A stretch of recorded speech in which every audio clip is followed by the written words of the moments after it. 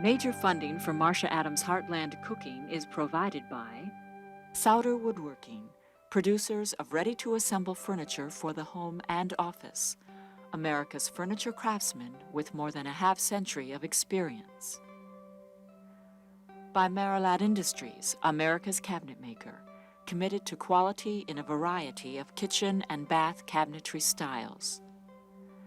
By Maple Leaf Farms, a symbol for ducklings and frozen entrees, chef quality you can count on.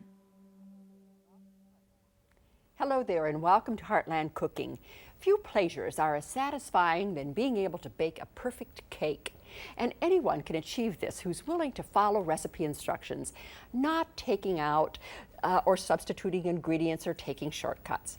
Today we're making 4 different cakes, and all of these cakes are nearly foolproof, for they came out of a period when kitchens were rather primitive and baking powder was either non-existent or very new.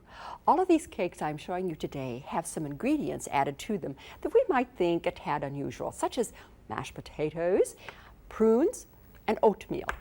All came out of a tradition where cakes were heavier, and if there were any leftover foods, it could well find itself either in the soup kettle or even the cake batter. But let me assure you, all of these are outstanding cakes that you would be delighted to serve to guests.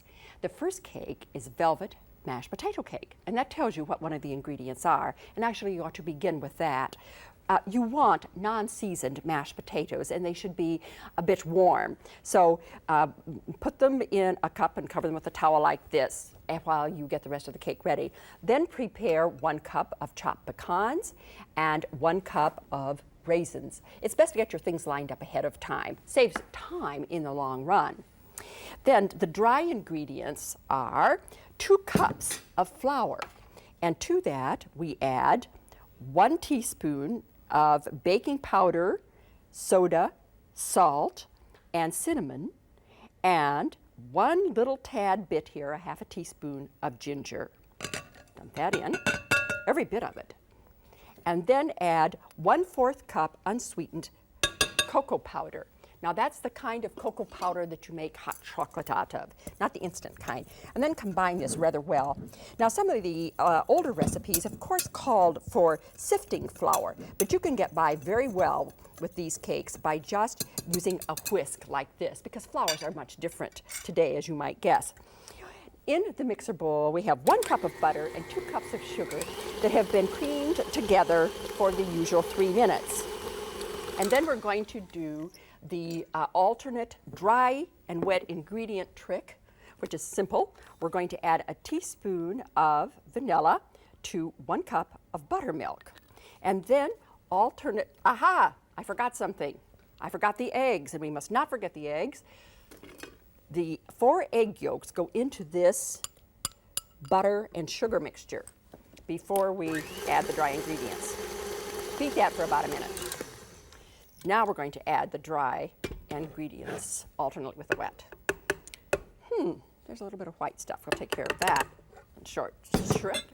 When I first saw this old recipe dated 1868, I was struck by its combination of ingredients because, of course, it was strange. I thought it would either be marvelous or dreadful, and I am happy to report that it, of course, is marvelous, or I wouldn't be showing it on this show. There goes that cocoa powder. Seems to have a high content of air in it. There. And then we're going to add the rest of the dry ingredients. Listen.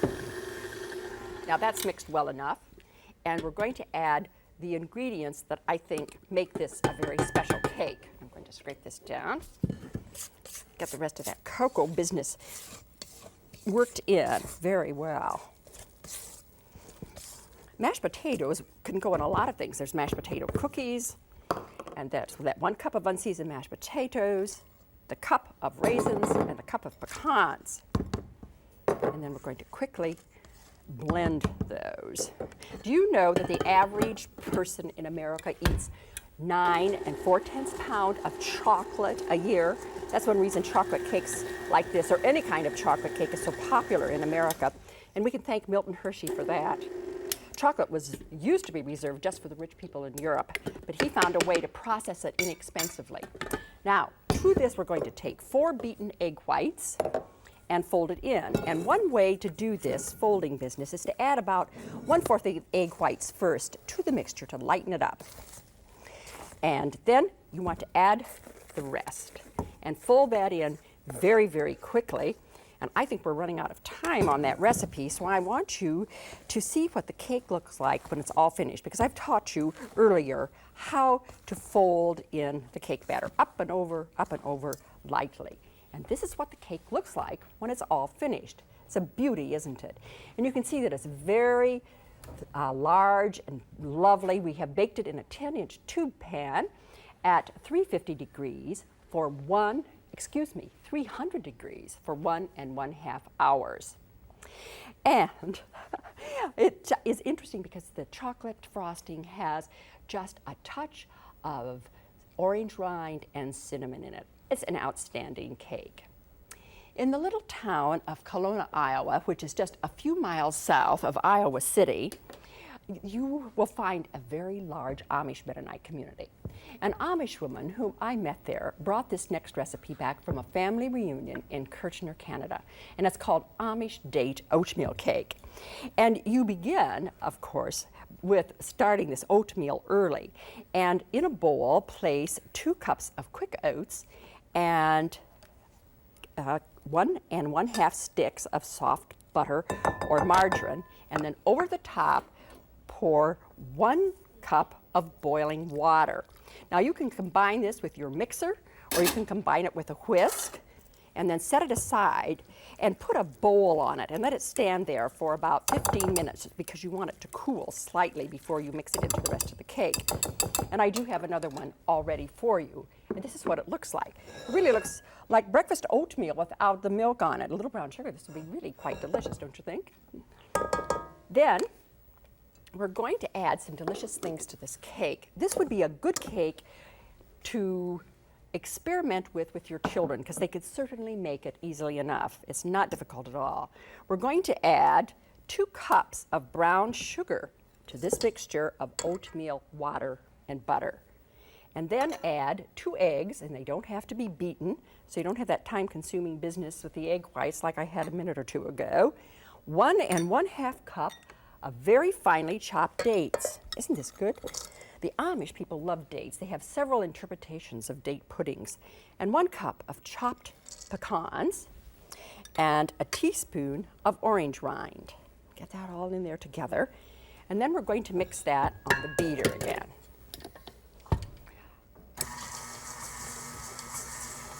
Contrary to what people think, the Amish get around quite a bit. So when this woman brought this recipe back from Canada, that is not really an unusual thing, because the Amish will hire somebody to take them in a van, and those people are called Amish taxi drivers.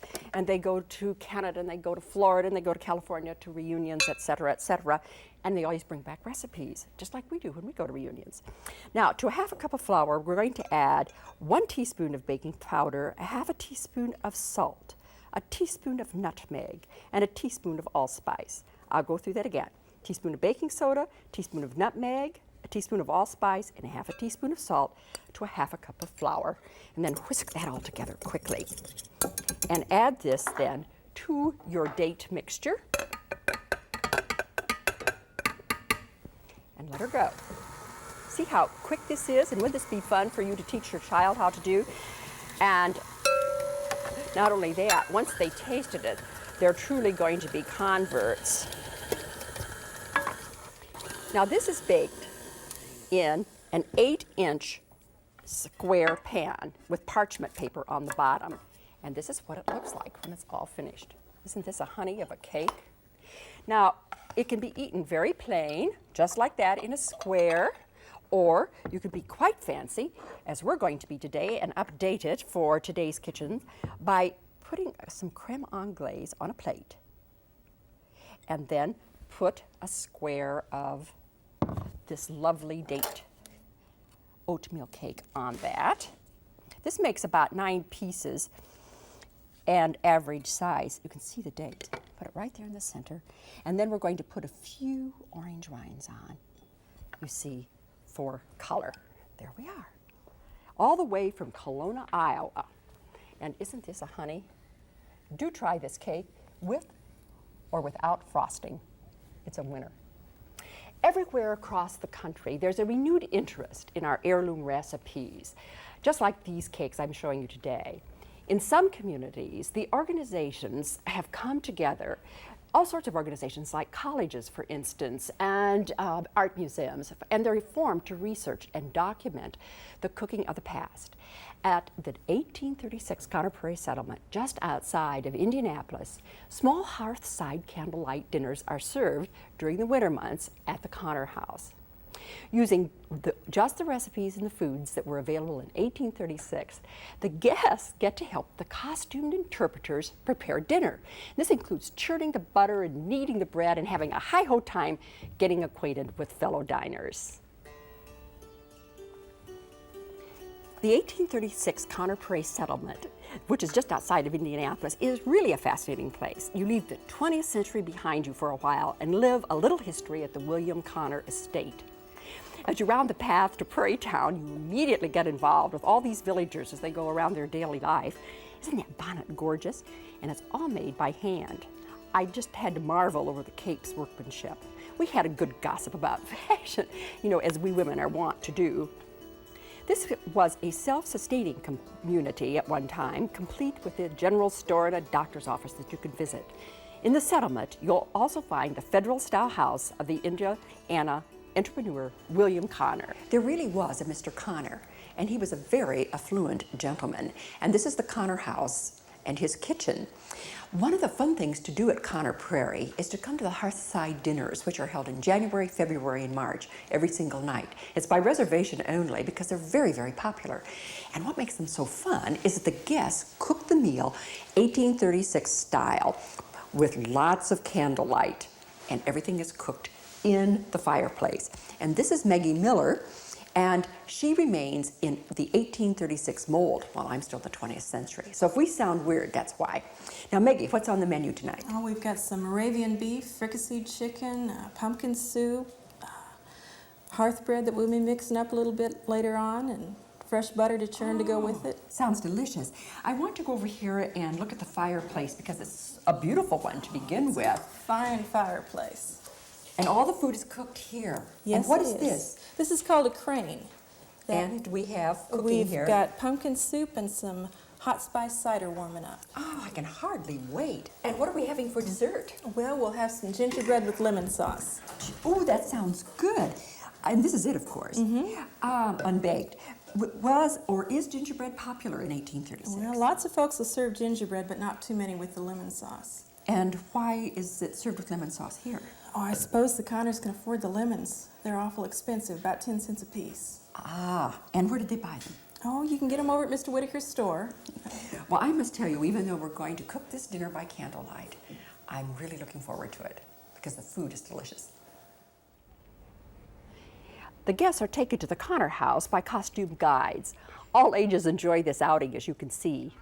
We immediately got to work, washing our hands with handmade soap in crocks filled with water. One guest grinds the coffee, so the rest of us divided up the other jobs. But actually, I want you to know, it all seemed like an awful lot of fun. None of us had met before, but we were all well acquainted by the end of the evening. One of the things one of the couples prepared was this nutty flavored bread. They finished it up by placing it in a heavy-footed iron Dutch oven to bake on the hearth, hence its name, hearth bread. Hot coals, then, are shoveled on the depression on top of the lid. Those early cooks had such a hard life. We should really thank our lucky stars that we live today and have such up-to-date kitchens. Another Dutch oven is placed on top of the first one to fully utilize the coals. A double oven, so to speak, and so 2 loaves of bread were baked at one time. It did a better job than you might think. The bread was outstandingly good. The butter is being dipped out of the churn, as you will see very soon. This little girl had not seen butter made the old-fashioned way before. The dining room was comfortable and attractive, and we were all served the food we prepared. Well-seasoned pumpkin soup, fricasseed chicken, Moravian beef, and vegetables, and brandy peaches, and of course, that chewy, nutritious hearth bread. And there was the homemade butter, too. The whole thing was a treat. The blue and white dishes are made right at Conner Prairie and can be bought in their gift shop. And of course, for dessert, we ended with warm gingerbread with lemon sauce. And I thought it would be fun if we made gingerbread today, since we'd had it at Conner Prairie. It's a very popular American dessert since colonial days, and the version served at Conner Prairie is soft, thick, and finely textured. Sometimes it's served with whipped cream or with a lemon sauce, such as you saw, but I prefer serving it with a raisin sauce. And to begin this, we're going to do the dry ingredients first, and we begin with 3 cups of flour.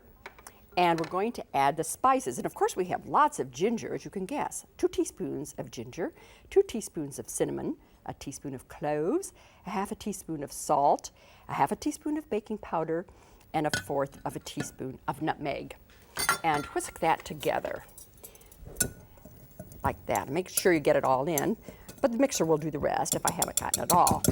Then, in the mixer, we have 1/4 cup of lard and 1/4 cup of butter. Now, don't cringe when you hear me say lard, but really for this cake to be nice and moist, I think that's important. And to that, we're going to add the 2 eggs that are beaten. All right, and get that in like this. And then add 1 cup of dark molasses. Doesn't this look wonderful? And mix that in. Did I mention to you that with the 1/4 cup of butter and the 1/4 cup of lard, there was also 2 cups of sugar? We don't want to leave out the sugar. That would be quite dreadful. Then to this, we're going to add the dry ingredients alternately with 1 cup of buttermilk. I want to run through this again. 3 cups of flour, and then the spices, and then you have 1/4 cup of lard and 1/4 cup of butter. And they tell me here, jumping up and down, 1 cup of sugar, and then 1 cup of dark molasses. Now that we have this all straightened out, we're going to alternately add the dry ingredients with the wet.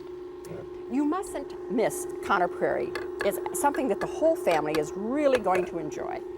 There's lots going on there. Actually, the U.S. News and World Report magazine ranked Conner Prairie as the #1 living history museum in the country in terms of authenticity and educational value. That says a whole lot about how good this place is. Don't miss it at all if you're in the area. There's also a hands-on pioneer adventure place where you can go and learn how to dip candles and weave baskets and do other sorts of fascinating things. It helps us see where we came from and why we are the kind of Americans we've developed into. Now, please, at this point, add something else. One final bunch of ingredients. 1 teaspoon of baking soda goes into 1/4 cup of hot water. And whisk that together. And add that to your batter. Baking soda was used a lot in pioneer days. Then pour that into, and it's all done, a 9-inch square pan, and you're going to want to bake this for 30 minutes. And again, line the pan with parchment. It's terribly important so you can get that cake out. Now, also at the Hearthside dinners at Prairie Conner, they will give you the recipes, and that's loads of fun because you come home with all these authentic recipes. And here's what the cake looks like. Oh, it's wonderful, just like I told you it was. Thick and dense and wonderful. And we're going to serve it with a raisin sauce, which is brown sugar and raisins and spices. And we're going to put it over the top because that's Midwestern style. There we are. Our last cake today is something called Prune black walnut cake. I know that sounds odd, yet during the early 1900s, it was actually a very popular cake, and it was served at very special Midwestern occasions. And people valued it. It's a spicy, moist cake, and it does deserve a comeback. And we begin by creaming on the mixer 1 cup of sugar and 1/4 cup of vegetable shortening for 3 minutes. And then we're going to add 2 eggs, 1 at a time. You find this cake more in the southern Midwestern states like Missouri and southern Indiana, close to the Kentucky border. The dry ingredients are 1 1/2 cup of flour, 1 tablespoon of baking powder, a teaspoon of soda, 1/4 teaspoon of salt, and then the following spices: 1/2 teaspoon of cinnamon, and 1/4 teaspoon each of allspice, cloves, and nutmeg. Quickly whip that together. And let me repeat the spices for you so we have it quite correct. 1 1/2 cup of flour first, 1 tablespoon of baking powder, a teaspoon of soda, 1/4 teaspoon of salt, 1/2 teaspoon of cinnamon, and 1/4 teaspoon allspice, cloves, and nutmeg. And we're going to add that right away to the mixture of sugar and vegetable shortening with, again, buttermilk, 1 cup. Get her in there, hustle along. Cakes are fraught with peril on television because the timing is so crucial. My timing to be done here in 30 minutes and get all the good things told to you that I want to tell you about cakes. Now that that's done, we're going to add the remaining ingredients that make this so distinctive. 1 cup of moist pitted prunes, and then you cut them into 1/2 inch pieces with some scissors, and these are really nice to work with, and 1 cup of black walnuts. Now, I hope you can get black walnuts in your area. They're certainly indigenous to the Midwest, and I don't know if maybe you have even seen black walnuts, but I have some here to show you.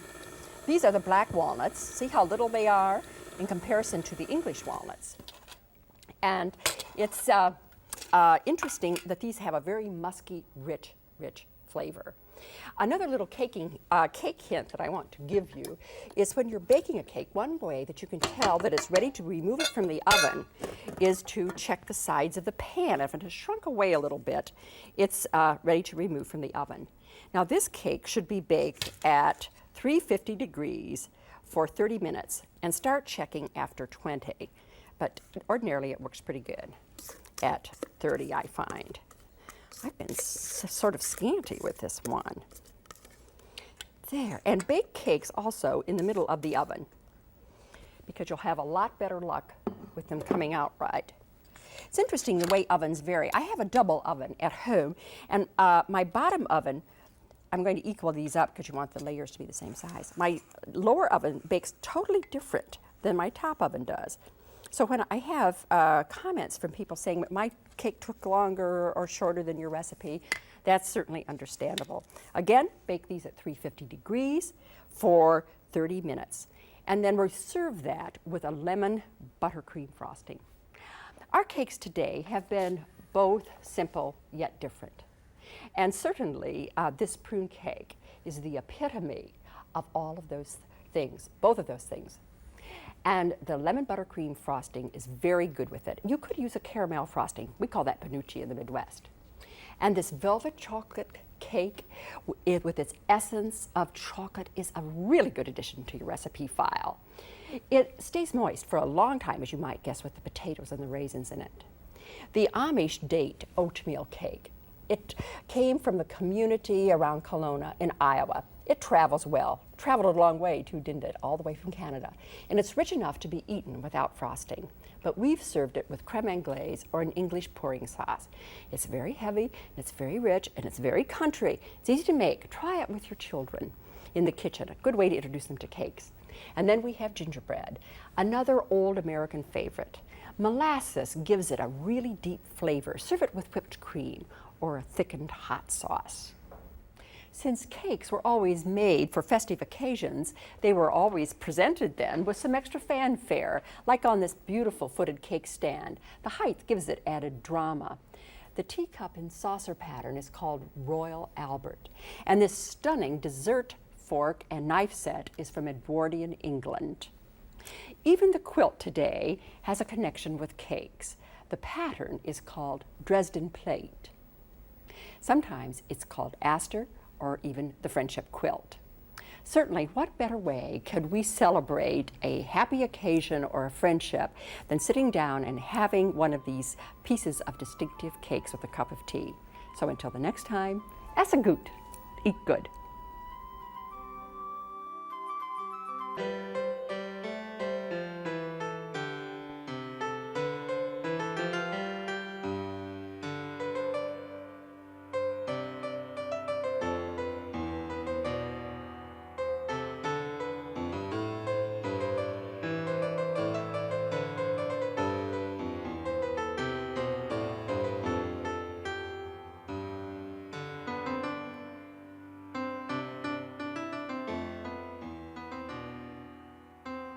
Major funding for Marcia Adams' Heartland Cooking is provided by Souder Woodworking, America's furniture craftsman.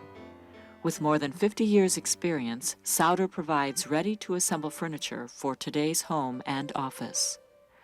By Marilad Industries, America's cabinet maker, committed to quality in a variety of kitchen and bath cabinetry styles.